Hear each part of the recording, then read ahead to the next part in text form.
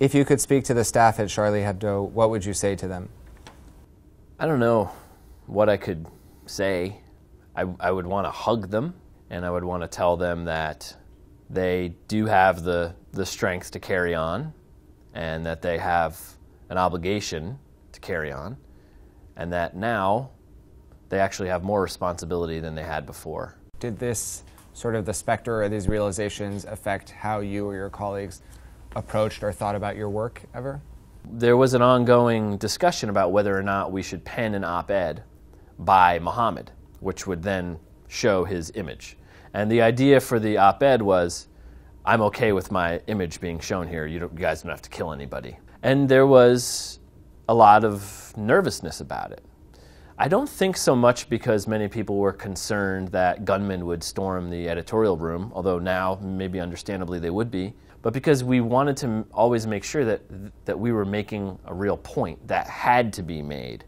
The sort of tragically ironic thing about the cartoons is that what Charlie Hebdo was seeking to do was to push the audience that would find it offensive and to provoke that audience and to say, well, look, if you have stated that running this image is an act against God for which death is the punishment, then let's see if you mean it.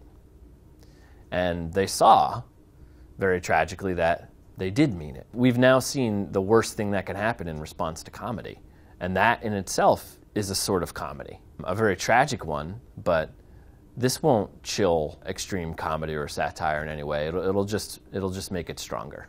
Do you believe that there's a line in comedy, and if so, how would you determine that?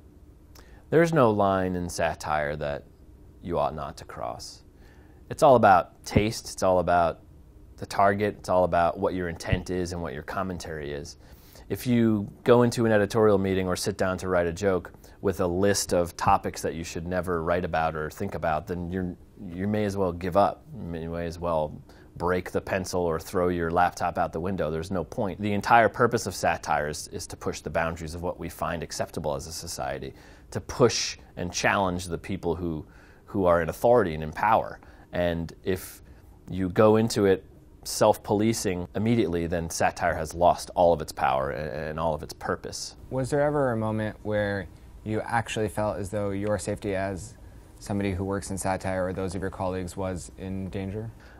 There's a couple times where I fielded phone calls from people. I think one of them was they were upset about an article we'd written about marriage equality and had offered to sodomize me and my family, which I turned down. It did sort of raise my blood and make me realize that, oh, there might be people out there who are a combination of sensitive enough, crazy enough, and violent enough that one misinterpreted or wrongly worded headline or story could set them off, and that there could be, out of all the people in the world, just one who gets upset enough to try to take it out on me or the people that I work with.